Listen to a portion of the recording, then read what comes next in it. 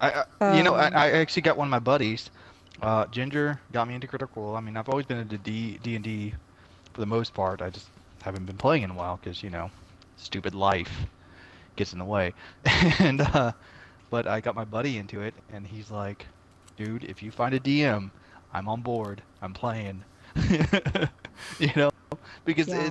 it's fun to see what characters each person comes up with and how they interact. And It's so you know, unpredictable. It's not like when you're playing a video game and you always know this certain enemy horde is going to spawn in this one point, and all you got to do is aim a grenade there, aim a gun there, blah blah blah. that's what I was going to And talk about. It sounds it's like That so you need to get repetitive. into some. It sounds like you need to get into some Dark Souls, Ginger, if you want to experience no, some it's not the same thing, dude. terribleness. What? I wasn't It's saying it not was the the same same thing. thing. Oh, okay. I'm sorry. I What? misunderstood. Point is When that you say terribleness, you mean random, like being random? Yeah, yeah, random, and it's uh, just it's an again, unforgiving it's not the game. same. It's not the same thing as Uh, D&D though, Again, because um, I'm not no, Stop comparing saying it it's to. the I know. same, Sean. God, don't you listen to me? No, I understand what you're saying, but at the same time, like that's not her cup of tea. I would say, as Yeah, what she's saying about randomness yeah. is not the type of cup of tea I don't think she's looking for. I guess it's the strategy that I miss because once you learn the pattern in a video game, if it's a video game that has a pattern, granted there are some that can get random, but once you learn the pattern, then it becomes really rote and you're just playing it really only for the escape quality, which I can appreciate, but it's having the other people around and not knowing who's going to do what that I can really appreciate. And I try to get that from multiplayer stuff, but really that becomes a pattern too, because if people, you know, pay to win or get they're lucky with RNG and they get the perfect weapon or whatever the case is, then that's going to have some predictability to it Yeah. as well. And I Oh, will Here's say something you really this got this too. certain You've gun, you're you've going to kill me. I'm yeah. I was just going gonna to say, run. especially what you're playing is first person shooters, and they're very very much the best way I can put it is they're filtered. They freaking just everything has just been yeah, but streamlined. that's the thing. It's like, and they're all the same. Like Destiny and Call of Duty. Have you noticed, like, if one shooter innovates this one thing, like, ooh, you can run against the wall, every other shooter does it. They all copy it. Yes. They've all become the same, like, hive mind, if you will, And well, that's the when thing talking about that's shooters. repetitive. Well, that's the Yeah. thing that's repetitive about any video game versus tabletop. We'll take Magic or D&D, for example, versus any game that you play online. MMOs will come out and they'll have updates and things like that, but they're always limited to what you can do with that software or or that hardware. Um, Well, I mean, and but one thing you got to keep in mind, the D, like, depending, yeah, if you switch up the DM and all that, that could change things. But there are rules to these board games.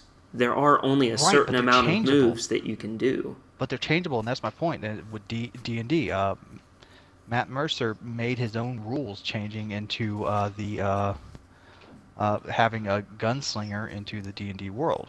Yeah. He edited the Yeah, rules and he changed them also up. created a Witcher class too, Yeah, based he did. And so off of Witcher. yeah, Yeah, so it's and really cool because so you're if you have able a to. creative DM, it's really awesome. But what if you get stuck with a not so creative DM? Well, that's why you find Then different DMs that you play you with. try to send your character into a very dangerous situation where you'll be killed so that the So that you don't have to that play You with don't the have to. campaign DM. can Yeah. end.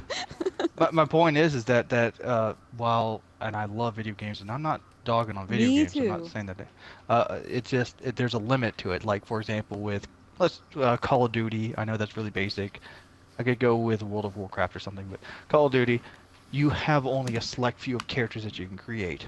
But um, with Dungeons and Dragons, it's whatever your imagination can take you to. Yes, there are rules, of course, with anything, because it Yeah. has to keep boundaries. You can't be Superman and fucking, you can't have laser eyes and invincibility and stuff, because that's not going to be fun. But at the same time, you can morph and work with it because you're human, and we create and figure things out, and And that's what's fun about Dungeons and Dragons. That's what's fun about things like Magic the Gathering, who always are constantly coming out with new card decks and new characters and things like that, where you play them down, and you never know what you're going to experience next time you play it, or with the next Yeah, person that you play. it's like if you had a limitless amount of wood to build a house, you could take that wood and you could make it look like a colonial, southern mansion, or you could make it, look like a shack, or you could make it look like anything. That's kind of how I see D&Ds. You take the basics, the something that can make the structure of it, and you can make it into anything as small or as elaborate as you want. Whereas with Call of Duty, as an example, your house is That's what always you going to get. look like Nuketown. Yeah, I mean, but That's your I just house. the only reason why I've been mentioning this is we keep going to the lowest common denominator, and that being Call of Call Duty, of Duty. which is Oh, then that's easy. why I'm going It's to say easy Warcraft then. to Okay, to but the do that. point is that that's what the universe you're always going to get. You're always going to get this. And yes, while video games are fun, you can always change out a different disc and get something else. It's limited because, of course, it's Yeah, hardware. It's yeah. programs and things like And that. I will Versus, argue. I will also argue one more time, though. The thing you that's did getting get on my defensive about this.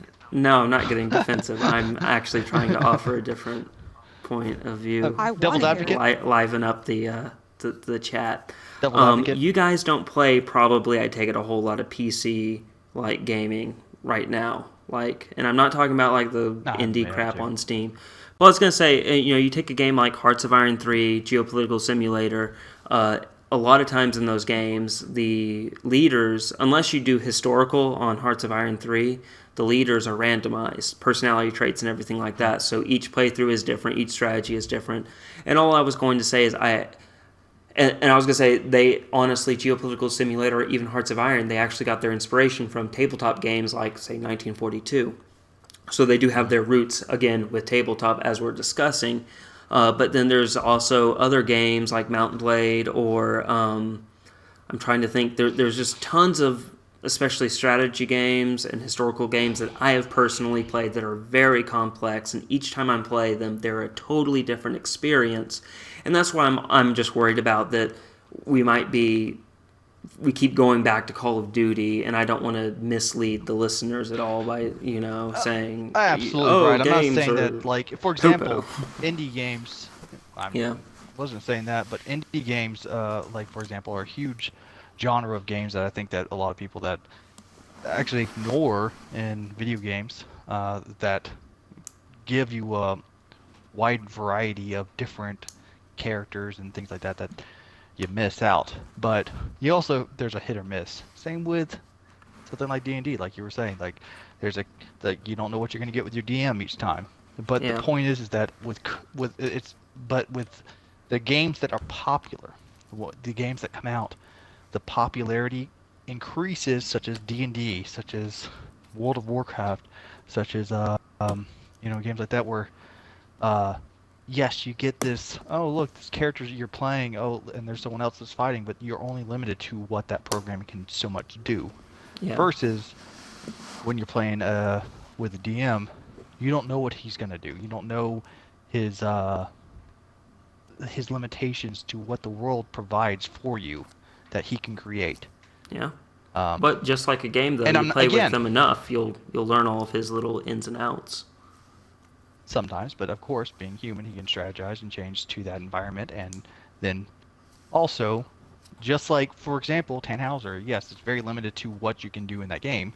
That's Yeah, one, but uh, but at the same time, the strategy for each person that you play against, each person that you with the emotional ups and downs of that person, you don't know what that character's gonna Well, I do will say this: each time you play. the beauty of that is you're learning about a person, an actual human And being. that's what I mean. That's what I mean, and Yeah, that's where the yeah. I'm not saying that there's no limits to tabletop. There are, but yeah, each time you play against a person, you actually see their interaction. You actually experience that person versus when you kill a dude on Call of Duty. yeah. Again, You're I'm not sorry, learning Call of anything Duty. about them. Red Dead. So, Yeah, you're not learning. You don't know what struggles. You don't know if his, Well, he just lost his kids I'm in getting a, a little bit walking battle. away. With each yeah, time you play against a person face to face, you get that new experience versus a video game where you're not having that actual interaction, where you're not learning about the person, you're not seeing that character that he's or that strategy that he's put into it Yeah, strive yeah, each and time you you get play to, them. you get to Yeah. actually. Now don't get me wrong, because again, I think video games are great. For example, when you sat down next to each other, playing each other, and Oh, uh, like you would like, for example, you started learning my strategy when we played Halo.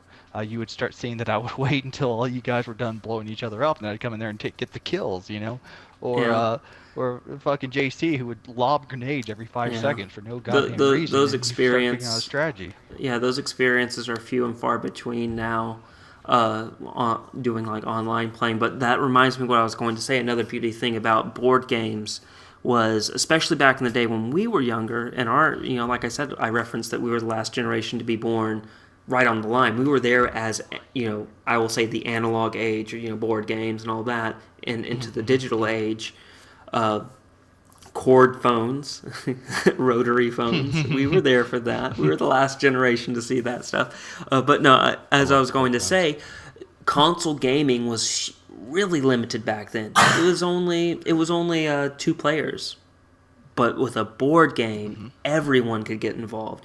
You could have 8 to 10 people at a table and really, have a really great time. Where with video games, it's just, at max 2 players and everyone else just kind of watching you play, which is never fun, really, And what honestly. what I was talking about, the limitations also, and that brings up another point.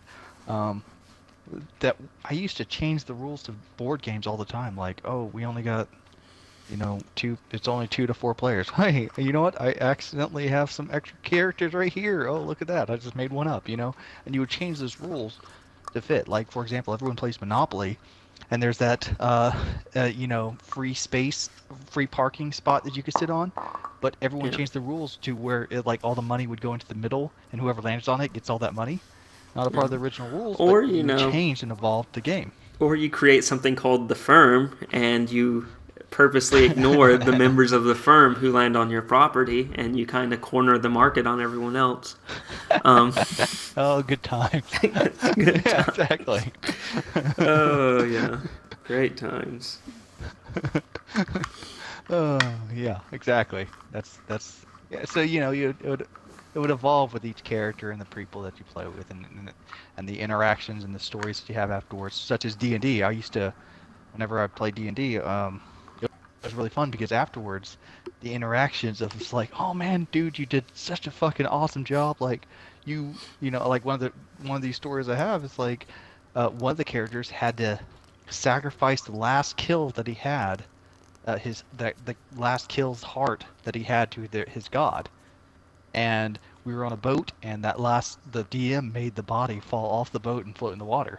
And I was an archer, so I pulled out a bow and arrow, attached a rope to it, and was able to shoot the body and pull that body back up to the boat so that that guy could sacrifice that heart to his god.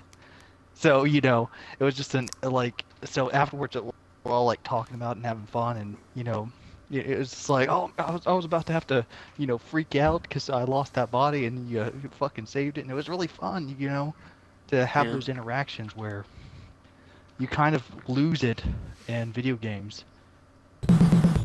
Hey guys, thanks for watching. Why don't you drop us a thumbs up if you liked the video, and don't forget to subscribe to the channel to keep up with everything we're doing around here. Click on the right for more 2-Bit podcasts, and click the video on the left if you want to see some 2-Bit reviews. Once again, thanks for watching. We really appreciate it.